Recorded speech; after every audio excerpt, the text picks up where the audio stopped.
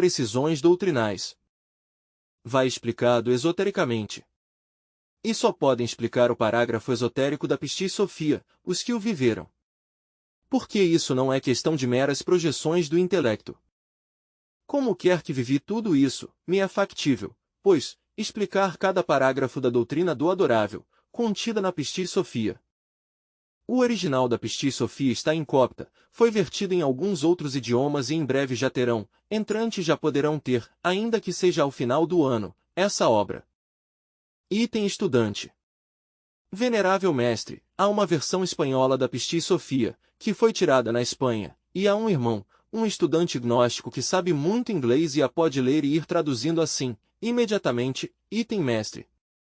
Isso está perfeitamente bem, e está circulando por todos os países da Europa, não? Mas não serve para as pessoas. Item estudante. Assim é, item mestre. Porque se não se revela, é como se estivesse falando em chinês aqui na América. Ninguém entenderia. Item estudante. Mestre, se este irmão pode lhe servir em algo para que ajude mais rápido na tradução. Item mestre. Não é necessário, já se vai começar, entregá-la literalmente assim, a mera tradução, ninguém entende isso. A doutrina secreta do Salvador do mundo está em chave e somente a entende o que entende os mistérios, e somente entende os mistérios o que os viveu e os está vivendo. Item estudante. Há um livro que tiraram na Venezuela, que é o Evangelho de Aquário de Jesus o Cristo, chama-se assim. Mas está como o Senhor diz, não revela. Mas se vê que muitas partes do ensinamento gnóstico estão contidas ali mais veladas. Item mestre. Pois, de nada serve a pobre gente. Nós necessitamos entregar à humanidade a Pistis Sophia devidamente revelada e explicada, a doutrina secreta do Nazareno, os volumes secretos do Cristo. Dessa forma a humanidade vai receber o Evangelho crístico, a doutrina completa, que se conservou em segredo durante 20 séculos. Então sim, depois de tudo isto, virão as catástrofes finais. Porque primeiro se prega o Evangelho, catástrofes. Porque hão de saber vocês que, exatamente, os tempos do fim chegaram. O que produziu sempre as catástrofes mundiais através dos séculos, foi sempre o planeta Hercólobos. Esse é um mundo gigante, talvez umas 6 vezes maior que Júpiter, e Júpiter é centenas de vezes maior que a Terra. Hercólobos, quando chegou ao final da civilização lemúrica, produziu grandes terremotos, atraiu o fogo dos vulcões para a superfície, aquele continente se afundou, pouco a pouco, entre as bravias ondas do Oceano Pacífico. Hercólobos, quando chegou ao final da civilização Atlante, originou a revolução dos eixos da Terra, os mares se deslocaram e toda a humanidade se submergiu entre as águas junto com seu continente. Agora, já está à vista, novamente, Hercólobos. De todos os observatórios do mundo está sendo visto. Os cientistas o batizaram com o nome de Barnard, enfim, eles podem pôr-lhe o nome que queiram. Nós, esotericamente, o conhecemos com o nome de Hercólobos, e já está, repito, à vista. À medida que for se aproximando, vai produzindo distintos efeitos telúricos sobre nosso globo terrestre. Quando se aproximar mais, começará a atrair, magneticamente, o fogo líquido que existe no interior do planeta Terra. Já muito perto, atrairá, puxará magneticamente esse fogo, até é possível que parte de nossa crosta geológica exploda Então, esse fogo queimará tudo aquilo que tem a vida. Rios de fogo correrão por todas as partes. O fogo líquido do interior da Terra destruirá toda esta civilização Não restará nada, e acabará com toda a humanidade. Item estudante. Mestre, esse mesmo fogo, é o magma dos vulcões. O que vomitam os vulcões, não? Item mestre. É o mesmo fogo dos vulcões, item estudante. A lava? Item mestre. A lava, pois, é parte de suas substâncias, de suas matérias inflamáveis que brotam do interior do mundo. Mas claro que tudo isso se produz pelo fogo, e o fogo sai de entre o interior da Terra. E esse fogo que saltará à superfície e a terra e todas as obras que nela há, serão queimadas, tudo se queimará. Mas no máximo de aproximação trará, já no máximo, se produzirá uma revolução dos eixos da Terra. O máximo de aproximação é terrível. Como é uma mole tão enorme, ao passar perto volta, quer dizer, faz um desastre. Os polos se convertem em equador e o equador em polos, as águas mudam de leito e se produz a submersão total dos atuais continentes habitados. Isto os astrônomos sabem. Um mapa que nós temos na associação, aqui em nossos estudos gnósticos, o encontramos em uma hemeroteca, ou encontrou um dos nossos em uma hemeroteca, daqui na cidade do México. De maneira que esses mapas, é um assunto que poderia chamar-se já oficial. Se não se lhe dá publicidade, se deve à censura dos governos, que proíbem formar psicose coletivas nos povos. Os astrônomos se viram obrigados a ter que calar. Mas já não há observatório do mundo onde não se conheça o que vai suceder, em todos os observatórios já se tem o mapa da catástrofe, é um assunto completamente oficial, e os governos sabem, já ninguém a ignora. Não se lhe dá publicidade para evitar a psicose coletiva, os governos intervêm, censuram. Mas é um fato, está Hercólogos à vista de todos os observatórios do mundo. Vai se aproximando a uma velocidade fantástica, rumo à Terra. Item estudante. Venerável mestre, e esotericamente, em que medida de tempo, mais ou menos, se irão produzindo essas aproximações? Item mestre. Pois, os cálculos variam muito, nisso todavia não há uma precisão absoluta. Mas Miguel de Nostradamus assegura que em 99, o máximo da aproximação de Hercólogos, item estudante. Em 1999, no 7º mês, diz ele, item mestre. Sim, assim diz ele, no 7º mês. Item estudante. Há outro livro onde diz que é em 88. Item mestre. Eu conheço as centúrias de Nostradamus, íntegra, as sei de memória, e eu nunca vi que seja em 78. Item estudante. Não, em 88. Item mestre. Nem em 88, nem em 98, senão em 99, item estudante. Ainda que em outro livro diga que é 2500. Item mestre. Bom, em 2500 é simbólico, porque se somar $2 mais $5, temos cifrão 7 cifrão. E cifrão 7 cifrão é o 7º selo do Apocalipse de São João. A humanidade rasgou 6 selos, quando se rasgue o 7º, vem a grande catástrofe.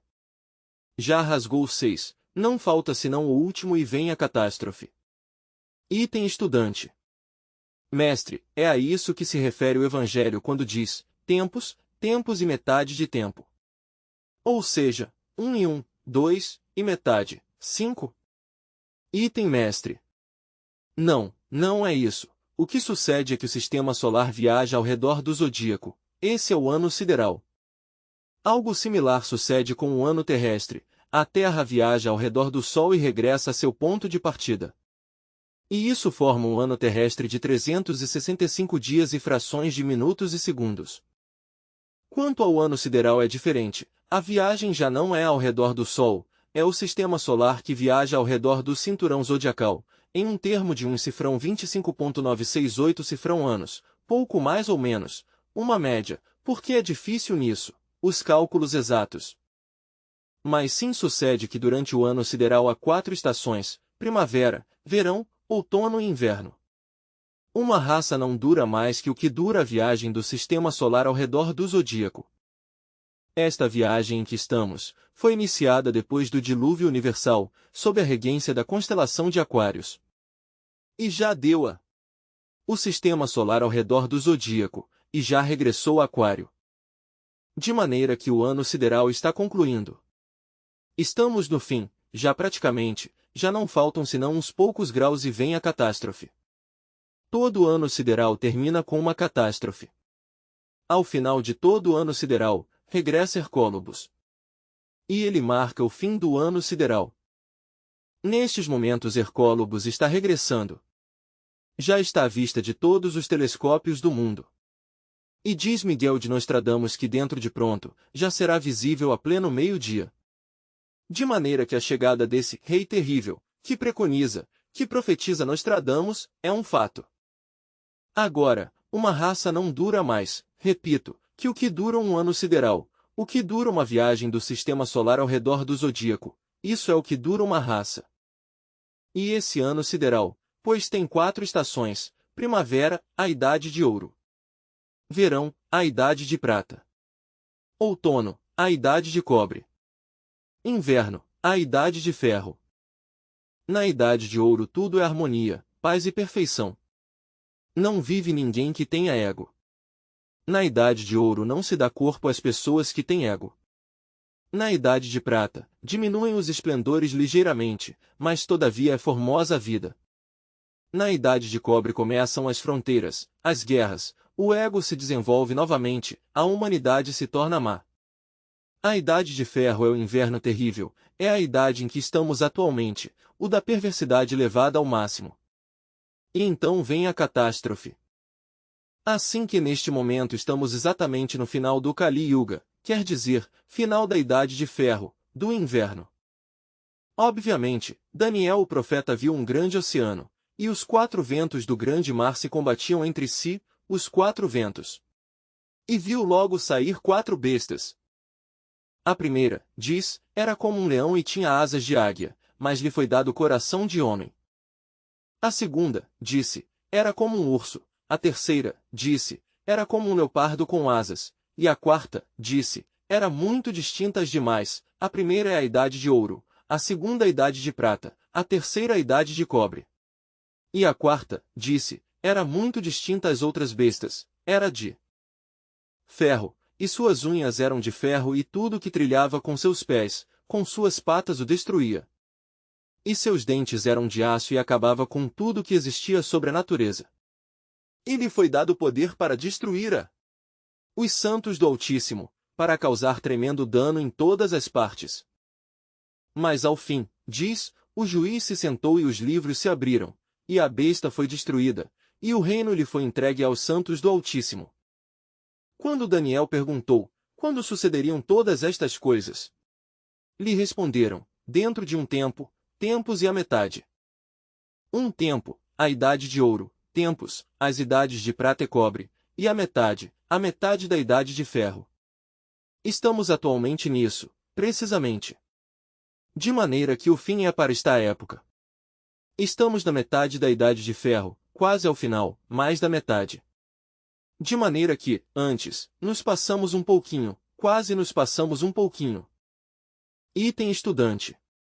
Venerável mestre, de tudo o que se acaba de dizer, poderíamos, mais de 94 anos a esta raça? Item mestre. Pois, resulta um pouco atrevido qualquer cálculo numérico neste momento, porque, certamente, poderíamos dizer que não nos restam senão 94 anos, outro poderia dizer que faltam menos, mas, exatamente, o dia e a hora não há senão um que a sabe, que é, precisamente, o Pai de todas as luzes. Porque escrito está que nem sequer o Filho, nem os anjos do céu sabem nem o dia nem a hora. Isso está escrito. O que sim posso assegurar-lhes é que estamos no princípio do fim. A catástrofe se aproxima. Nostradamus diz que em 99. Bom, nunca se equivocou esse homem. Expectação e risos. Melhor que se cumpra tudo isto de uma vez. Como está tudo isto, que se cumpra, que venha a idade de ouro, que é a que estamos aguardando, a idade de ouro. Obviamente, pois, nós todos, estamos formando o exército de salvação mundial. Esse exército haverá de formar-se com gentes de todas as nações, povos e línguas, é óbvio. Mas de entre esse mesmíssimo exército sairá uma síntese, e essa síntese ou grupo, estará formado por homens e mulheres que hajam trabalhado sobre si mesmos de forma muito intensiva. Quer dizer, que hajam sido capazes de destruir, se não o 100% do ego, pelo menos, como mínimo, sequer o 50%. Porque uma pessoa que destruiu sequer o 50% do ego, é uma pessoa que já dá muitas esperanças. Que demonstrou que pode trabalhar e que trabalha sobre si mesmo. Obviamente, tal grupo seleto, será tirado a seu tempo e a sua hora, de forma concreta, prática. E o dia assim, porque com um grupo de irmãos avançados dos Himalaias, trabalharemos, pois, em equipe, tirando de onde quer que encontremos aos que não tenham ego, ou que pelo menos hajam dissolvido uns 50%. E se organizarão grupos que irão a determinado lugar do Pacífico. Isso é em vésperas da catástrofe final. Esses grupos formarão um só grupo, afinal de contas, que viverá em um lugar desértico, em um lugar, no Pacífico. Quando a catástrofe chegar, ali não sucederá nada nesse lugar. E ali permanecerá esse grupo por um tempo. Por aqueles dias, a terra toda, depois da grande catástrofe, ficará envolta em fogo e vapor de água, terá regressado ao estado de caos original primitivo. A humanidade terá perecido. Esse grupo seleto que trabalhou sobre si mesmo, durante esse intervalo se dedicará a terminar sua obra, a acabar de eliminar o ego. E os que não o terminarem, serão afastados, não se lhes dará corpo físico, e os que concluírem o trabalho se lhes dará corpo. Quando surgirem novas terras e novos continentes de entre o fundo dos oceanos, então, sucederá que esse grupo seleto passará ali a viver, e servirá de núcleo para a futura sexta raça raiz, então se iniciará a Idade de Ouro.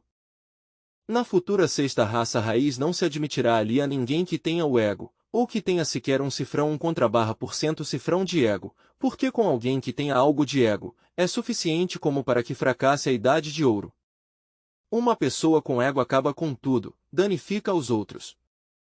Assim como uma laranja podre entre um cesto de laranjas boas contamina as outras, as danifica, assim, se deixasse alguém com ego na Idade de Ouro, esse alguém acabaria com a Idade de Ouro. Assim, pois, na Idade de Ouro haverá uma humanidade inocente, desprovida de ego, governada pelas dinastias solares, haverá paz e uma harmonia únicas, não haverá países, repúblicas, nada disso. A terra inteira será um só mundo, um só país para todos. Item estudante. Mestre, uma pergunta, é uma lei a formação do ego, que toda a humanidade caia e o ego se forme? Ou há humanidades que podem passar sem a queda do Éden? Item mestre. Não, sempre se produz, porque na Idade de Ouro a paz, na Idade de Prata diminui ligeiramente, e começam a aparecer, ainda que seja de forma muito residual, os primeiros sintomas do ego. Na Idade de Cobre já definitivamente surge o ego, e na Idade de Ferro, definitivamente manda o ego, item estudante. Então, se repetirá na sexta raça, outra vez, todo este mesmo drama? Item mestre. É o mesmo processo para qualquer raça, as estações sempre se repetem. E toda raça começa com uma viagem do sistema solar ao redor do zodíaco, e toda raça termina com a viagem do sistema solar ao redor do zodíaco. Quando terminou a viagem da raça Atlante, aquele continente foi submergido entre as águas. Quando terminou a viagem da raça Lemur, aquele continente também foi submergido entre as águas. Umas vezes o fogo inicia a catástrofe, outras vezes a água. Na Lemúria foi o fogo que iniciou a catástrofe, na Atlântida foi a água, agora, será outra vez o fogo, e tudo que há atualmente será queimado, assim está escrito por Pedro. Na Atlântida eu dizia isto às gentes, assim como estou falando a vocês, e a gente não me cria, riam, pensavam que eram asneiras minhas. O mesmo que agora que estou falando a vocês, atualmente. E estou seguro que ainda aqui, entre vocês, os que estão me escutando, que são aparentemente muito devotos, no entanto, aqui há um de vocês que não está crendo e há outros que o estão pondo em dúvida. E isso é entre este pequeno grupo. Agora, pensem vocês como será com a humanidade, como será com os milhões de seres humanos. Item estudante. Uma pergunta. Esses seres que serão salvos quando vier a catástrofe, serão salvos em naves extraterrestres? Item mestre. Pois, claro que sim. As naves extraterrestres colaborarão, cooperarão, mas não pensem vocês que tudo vai ser à base de naves extraterrestres, não. Haverá que trabalhar muito duro. Porque o povo secreto será tirado de entre o fumo e as chamas, graças à cooperação dos irmãos em equipe, que vamos trabalhando. Entre esses estarei eu trabalhando em equipe, com outros tantos. De maneira que teremos que tirá-los de acordo com todas as leis normais, comuns e correntes, começar até por ajudar-lhes a tirar um passaporte. Risos. Item estudante. Um passaporte para ir lá acabar com o ego, item estudante. Não, mas não creias, item mestre. Haverá que viajar normalmente, oficialmente, item estudante. Atravessar fronteiras e tudo isso, item estudante. Mestre, outra pergunta. Quando o senhor disse que se lhe dará corpo novamente, o corpo físico, este será igual ao anterior, ou seja, ao que um tinha, ou de outra forma? Item mestre. Bah, isso não tem importância. Eu agora tenho posto esta calça e me sinto contente. Poderia ter umas verdes ou umas vermelhas, ou bem coloridas para fazer escândalo, mas de todas as maneiras estou contente. Assim, o corpo é corpo. Agora tu tens esse corpo. Que tal te sentes com esse veículo? Risos. Item estudante. Pois, me sinto bem, pelo momento, item mestre. Depois podem te dar outro que? Item estudante. É igual, item mestre. É o mesmo. O que importa é o trabalho, não? Isso é o interessante, o trabalho. E é claro que corpo físico se lhe dará na idade de ouro, exclusivamente às pessoas que não tenham ego. Bastaria ter sequer uma porcentagem de 1% de ego, para que já não se lhe desse corpo. A idade de ouro é muito difícil. As pessoas que tenham ego terão que passar pela involução submersa nos mundos infernos para a aniquilação do ego. Porque se não foram capazes de eliminá-lo por si mesmos, a natureza é muito compassiva, ela se encarrega de nos aniquilar lá embaixo, lhes faz esse serviço de higiene. Ela se encarrega de fazê-los involuir entre as entranhas da terra, para passá-los pela morte segunda, e os deixa sem ego. Já desprovidos de ego, saem à superfície para formar parte da nova humanidade. Tudo está tão bem feito. Por enquanto, todos os milhões de seres humanos que povoam o mundo estão chegando ao ciclo final de existências, ou seja, às 108 existências. Porque 108 vidas se lhe designam a um em cada ciclo de manifestação. E a maior parte já chegaram a 108 ou estão para chegar. Quase todos já chegaram. Então, obviamente conclui o ciclo de manifestação para todos os que atualmente vivem sobre a Terra. Portanto, a chegada dos cataclismos é apenas normal, é um favor que se lhes faz, podem dar-se ao luxo de entrar nas entranhas da Terra para evoluir no tempo, através de muitos séculos. Cada qual sofrerá dentro dos mundos subterrâneos, pois, de acordo com seu próprio karma, uns sofrerão mais que outros, e uns durarão mais, vivendo nos mundos infernos que outros. Tudo depende do débito e do crédito de cada qual.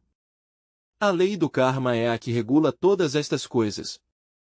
Mas nos mundos infernos, ao fim, involuindo, passase pela morte segunda. Depois da morte segunda, quer dizer a morte do ego, a alma fica livre, ser. Para sair à superfície, à luz do sol, e reiniciar novas marchas de tipo evolutivo. Obviamente, sempre se começa qualquer processo novo, evolutivo, no escalão inferior, que é o reino mineral, e se prossegue sempre com o vegetal, se continua no animal, e ao fim, se reconquista o estado de humano ou de humanoide que outrora se perderá. Assim pois, todos estes milhões que agora vão se afundar entre os lagos de fogo ardente e enxofre, que é a morte segunda, perecerão entre as entranhas do mundo, mas a essência de cada um deles, a alma, o princípio imortal, não perecerá, ressurgirá depois da morte segunda. A terra o vomitará, para que reinicie novos processos evolutivos que vão desde o mineral até o homem. Essa é a crua realidade dos fatos.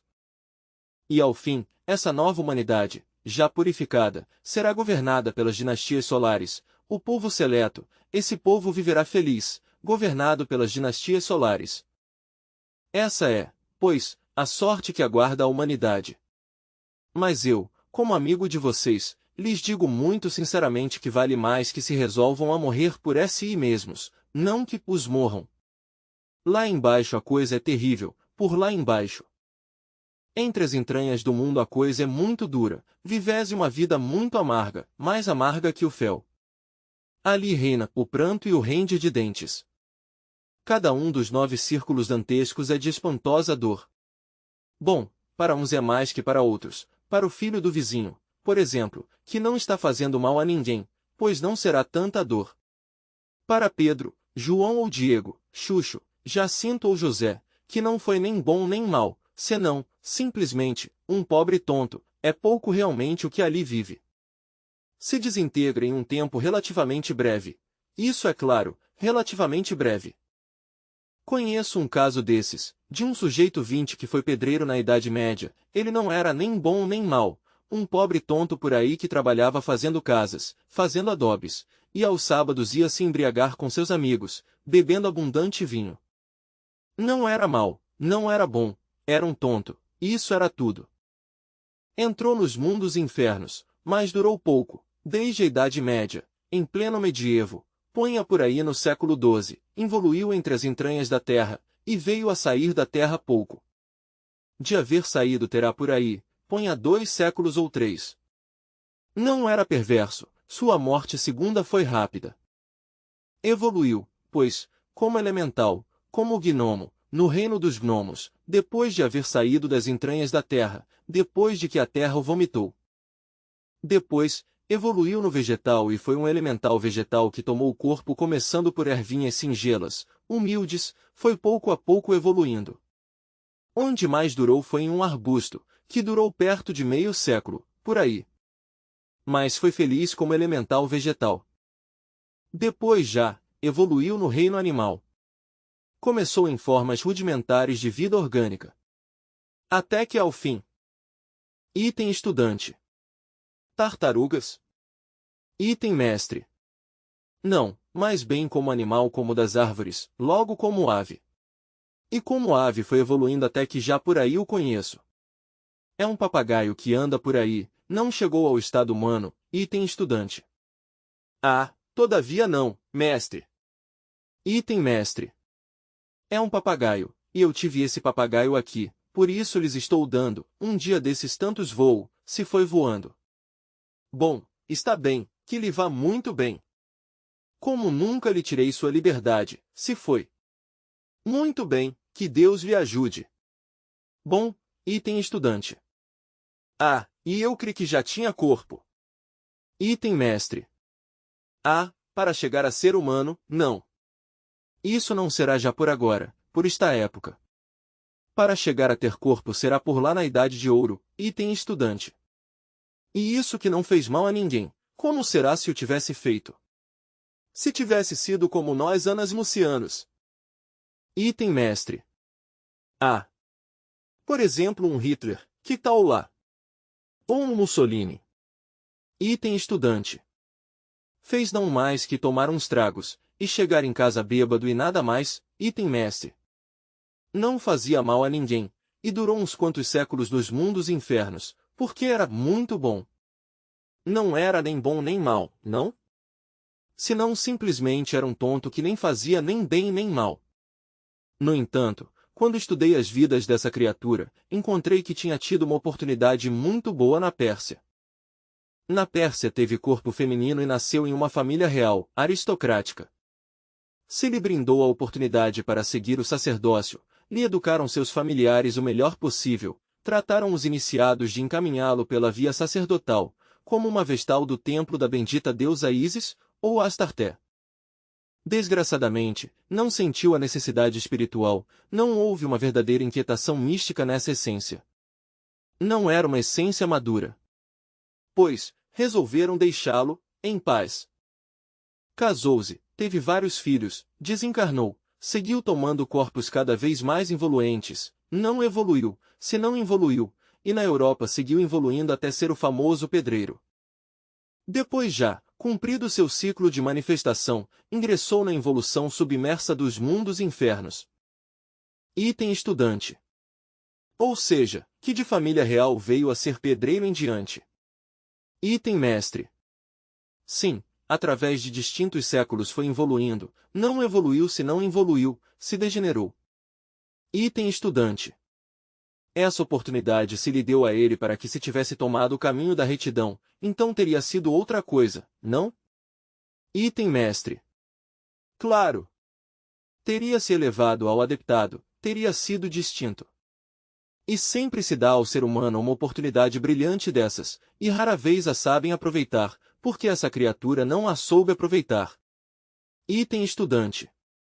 Nós temos uma oportunidade como essa ao estar no movimento? Item mestre. Pois, claro. Neste momento tem vocês uma oportunidade brilhantíssima, onde se lhes está entregando o conhecimento, assim, ao nu. Se querem converter-se em adeptos, o conseguem. Se lhes está entregando o conhecimento, assim, ao nu. As chaves francas e lisas para trabalhar de uma vez sobre si mesmos, mas se não aproveitam, pois, então fracassam inevitavelmente, mas se aproveitam, então não fracassam. O interessante seria aproveitar e trabalhar sobre si mesmos, isso seria o fundamental. Item estudante. Mestre, por que, nós, ainda sabendo e nos livros estando tão claro, se nos dificulta tantíssimo a morte? Dizemos que sim, mas falhamos. Por quê? Que há ali? Item mestre. Vi isso nos sul-americanos, muito especialmente, por isso é que temo que vamos tirar uma boa colheita de Anasmussen com duplo centro de gravidade, nos países de Colômbia e Venezuela. Se vocês observam entre esses países, há entre os irmãos um bom anelo de receber iniciações, graus, de desenvolver poderes, etc., mas não se preocupam, no mais mínimo, pela desintegração do ego. Observem que isso sucede, muito especialmente na América do Sul. Teme, por tal motivo, que o que vá nos resultar por lá, seja uma boa colheita de Anasmussen com duplo centro de gravidade, desgraçadamente. Aí lhes enviamos o livro que se intitula Psicologia Revolucionária. Não sei se vocês o estudaram, ou não o estudaram. Mas esse livro, pois, está cumprindo uma missão específica, definida. Todos os que me escrevem me perguntam por graus, iniciações, que tal vão, que se já estão para receber uma nova, a quarta, a quinta, todos são adeptos, todos Mahatmas, nenhum pequenininho. Mas não há um que me escreva dizendo-me, narrando-me algo sobre seu trabalho sobre si mesmo, no sentido de conseguir a dissolução do ego, nenhum. Não tem interesse em morrer. E nestas circunstâncias o que eu estou temendo é uma boa colheita de Anasmussen com um duplo centro de gravidade. Item estudante. Mestre, o Anasmussen quando involui no abismo, demora mais tempo em desintegrar-se? Item mestre. Sim, porque é Anasmussen. Os Anasmussen duram eternidades nos mundos e infernos. É claro que se alguém trabalha na forja dos ciclopes mediante a transmutação do azougue em bruto, que não é outra coisa senão o Ezioerrai, quer dizer o esperma sagrado, as secreções sexuais, conseguem fabricar o mercúrio da filosofia secreta. Obviamente, tal mercúrio vai cristalizando em oitavas ascendentes. Quando cristaliza, por exemplo, em uma oitava ascendente se forma o corpo astral, fabricase esse corpo. Quando cristaliza em uma segunda oitava ascendente, fabricase a mente individual. Quando em uma terceira oitava ascendente, cristaliza, fabricase o corpo da vontade consciente, ou corpo causal. Assim, pois, um homem assim, é um homem no sentido completo da palavra. Se alguém tem os corpos físico, astral, mental e causal, se converte em homem.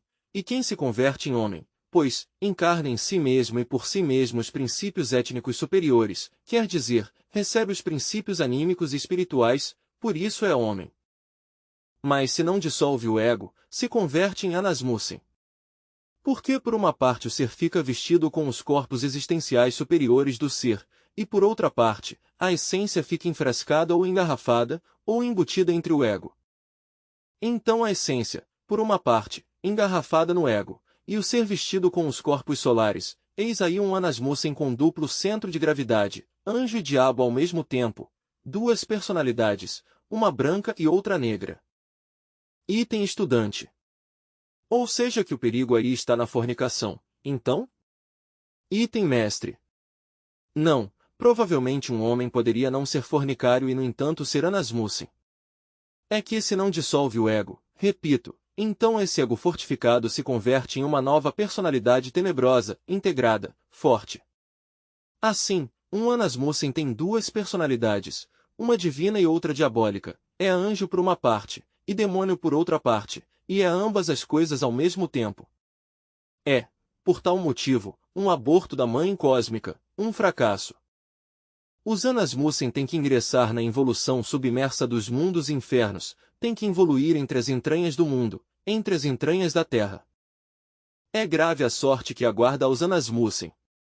E demoram mais tempo. Claro está, esses se atiram eternidades nos mundos infernos. Porque há maior grau de consciência, maior grau de responsabilidade e o que acrescenta sabedoria acrescenta dor. Agora que a fornicação, sim, é a base para os Anasmussen, porque dessa raiz nascem todos os eus. Mas não é só a fornicação, porque existe a ira, existe o ódio, a inveja, o egoísmo, e cada um desses defeitos psicológicos está personificado por algum demônio. De maneira que, todo esse conjunto de demônios interiores, pois, constitui o ego em si mesmo, não? Item estudante. Mestre, ou seja que os verdadeiros Anasmussen se formam das pessoas que estão dentro do movimento e que praticam a castidade, e trabalham em dois fatores e se esquecem do primeiro fator da morte psicológica. Então ao praticar castidade, ao trabalhar na frágua dos ciclopes e não acabar o ego vai se convertendo atômico, não, mais forte. Então, há mais possibilidade que saiam mais Anasmussen dentro da gnosis que fora da gnosis? Item mestre. Bom, isso de castidade resulta como muito difícil, é item estudante. Muito difícil até que não se acabe o eu da luxúria, se subentende, mestre, item mestre. E o eu da luxúria não se acaba da noite para o dia, item estudante. Assim é, mestre, compreendo, item mestre. Mas obviamente que, se não se dissolvem os distintos agregados psíquicos, viva a personificação de nossos erros, o ego continua. Se alguém está transmutando na forja dos ciclopes para fabricar-se os corpos existenciais superiores do ser, e não dissolve os agregados psíquicos que constituem o ego, obviamente, esse alguém, a longo prazo se converte em Anasmussen. Sim, consegue a fabricação dos corpos, mas em troca, como não dissolveu o ego, ficam duas coisas dentro desse alguém, por uma parte o ego, que não dissolveu, e por outra parte, o ser interno vestido com os corpos existenciais superiores do ser. Eis aí duas personalidades, uma branca e outra negra. De maneira que, então, se não se dissolve o ego se converte em Anasmussen com um duplo centro de gravidade. Item estudante. Mestre, há diferentes tipos de Anasmussen. Eu queria que me desse uma explicação. Item mestre. Bom, há 4 classes. Eu lhes falei a vocês dessas 4 classes. Agora vou detalhá-las, a desglosá-las os Anasmussen. Uma primeira classe de Anasmussen, pois, é a de gentes que só têm o corpo planetário, ou seja o corpo físico.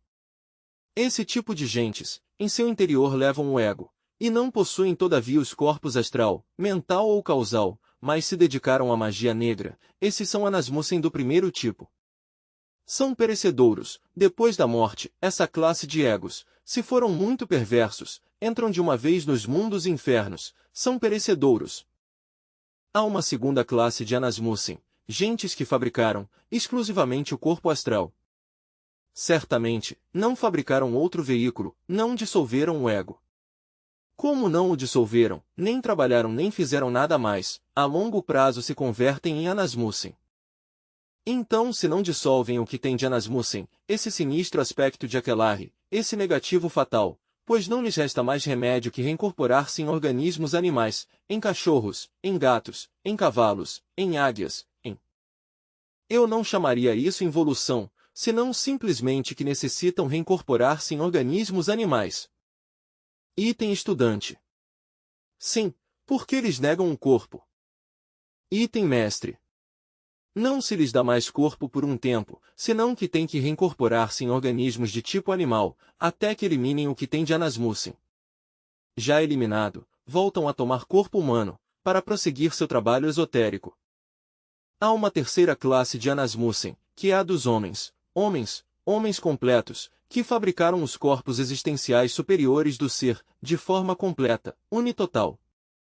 Obviamente, se esta classe de sujeitos não dissolve o ego, pois, tem que evoluir entre as entranhas da Terra. Trata-se de uma cristalização negativa do mercúrio. Disse que negativa, por que não dissolveram o ego? E uma cristalização negativa tem que dissolver-se entre as entranhas da Terra.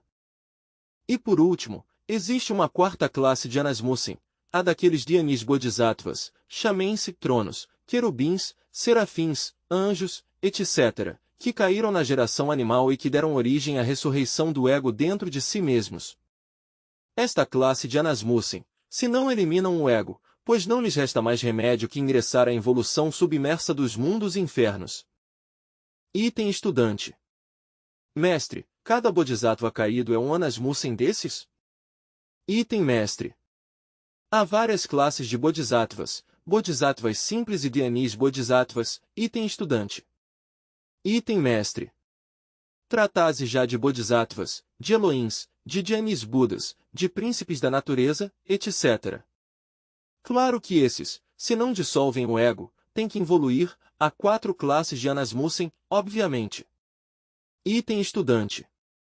Venerável mestre, um Anasmussen que fabrique todos seus corpos existenciais do ser, quando tenha outra oportunidade de retornar à Terra, com veículo físico, ao trabalhar nos 3 fatores, lhe corresponderia, somente, eliminar o eu na frágua de Vulcano, ou também, reconstruir os corpos que já formou?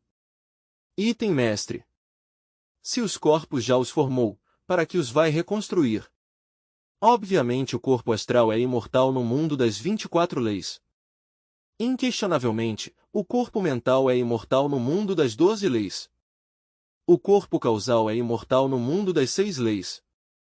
Tudo o que teria que fazer é restaurar o fogo nos veículos, o outro, regenerar o ouro em seus corpos.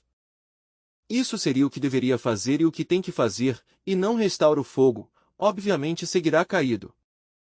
E para regenerar o ouro e restaurar o fogo, se necessita dissolver todo o ego. Assim, se o Dhyani Bodhisattva estava caído, volta a levantar-se. Item estudante. Venerável mestre, ou seja que, em síntese, mais bem devemos começar a utilizar a frágua de Vulcano na aniquilação budista? Item mestre. Pois, claro. A aniquilação budista é o indicado. Há que morrer em si mesmos, aqui e agora.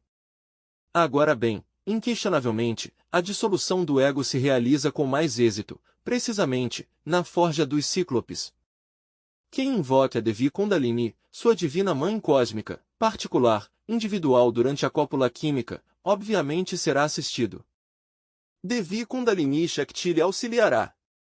E se lhe súplica elimine tal ou qual agregado psíquico, relacionado com este ou aquele defeito psicológico, Devi Kundalini o pulverizará, o desintegrará, item estudante. Se o compreendeu, item mestre. Somente, prévia compreensão, claro está. Previamente a que haver compreendido o defeito que se quer eliminar e haver compreendido de forma íntegra, unitotal, haver nos feito conscientes do defeito que queremos extirpar de nossa natureza psicológica. Item estudante. Venerável mestre, poderia nos ensinar uma chave para ir despertando, pouco a pouco, a compreensão? Item mestre. A compreensão somente vem a despertar mediante a meditação. Se nós, por exemplo, queremos compreender que temos este ou aquele defeito, a compreender a profunda significação do defeito que queremos realmente compreender, obviamente, através da meditação poderemos compreendê-lo, através da meditação. Mas eu creio que devemos ir mais longe que a simples compreensão, necessitamos conhecer a profunda significação do defeito compreendido. E para chegar à profunda significação se necessita, inevitavelmente, da profunda meditação interior, mais profunda. Se chegamos a captar a profunda significação de um defeito, compreenderemos, não somente ao defeito em si mesmo, senão também a contraparte psicológica do defeito, a virtude que se encerra dentro do mesmo e que, como antítese, se acha contida no mesmo. Chegar à profunda significação é algo extraordinário. Item estudante.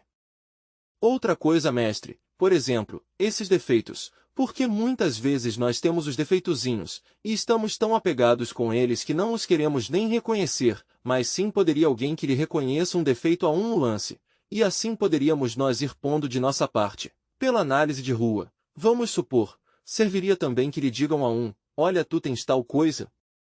Ou de alguém, de um amigo de um que possa lhe dizer, olha tu tens este defeito, tens isto, item mestre. A mim me parece que ninguém tem direito a julgar a ninguém, e que por tal motivo, cada um de nós tem que autodescobrir-se. Porque quem possui determinados defeitos, os projeta sobre os demais. Se por exemplo temos egoísmo, projetamos nosso egoísmo sobre as pessoas que nos rodeiam, e a todos os vemos egoístas. De maneira que esse alguém que está nos acusando de tal ou qual defeito, o tem muito sobrado ele, mas nos acomoda a nós. De maneira que, por tal motivo, é um mesmo que tem que autodescobrir-se. Item estudante. Venerável mestre, poderia o venerável mestre ensinar-lhes aqui, aos irmãos presentes, a prática que nos deu da vez passada, sobre a extirpação do ego, com a Mãe Divina? Item mestre. A prática é simplesmente natural. Quando um tem fome e está pequenino pede leite à sua mamãe, item estudante. Ada, item mestre. Bom, isso é já questão de grupos. Agora vamos ao trabalho individual. Se um tem fome e está pequenino pede à sua mamãe que lhe dê de comer, não? Se tem sede, que lhe dê de beber. Se tem sono, chora para que o deite. Bom, assim tem um que ser com sua Mãe Divina Kundalini, compreendido um defeito, pois haveremos de suplicar muito a nossa Divina Mãe Cósmica, com o sentimento mais puro, com a naturalidade maior, elimine de nós esse defeito, e ela assim o fará. Mas é claro que o máximo do poder se encontra na forja dos ciclopes. Porque realmente, na frágua acendida de Vulcano se reforça, mediante a eletricidade sexual transcendente, todo o poder da Divina Mãe Kundalini. Então ela, assim, pode extirpar de forma mais rápida qualquer de nossos erros. Indubitavelmente, qualquer erro está personificado por algum agregado psíquico. Lembrem vocês que as Sagradas Escrituras dizem que Jesus tirou do corpo de Maria Madalena 7 demônios, 7 eus, ira, cobiça, luxúria, inveja, orgulho, preguiça, gula. E esses 7, por sua vez, são cabeça de legião. Assim, pois, cada ser humano leva em seu interior múltiplos agregados psíquicos inumanos, parece uma pessoa vivente. Se dizemos que dentro de uma pessoa há milhares de pessoas, não estamos equivocados, assim é. Cada um desses agregados parece uma pessoa, tem seu próprio critério, seus sentimentos, tem sua forma de falar, de sentir, de pensar, é uma pessoa completa. Eu conheci um caso de feitiçaria que se sucedeu aqui, em nosso movimento gnóstico, no México.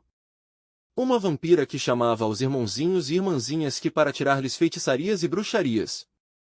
Bom, essa pessoa era uma dama, diria vampira, o único que fazia era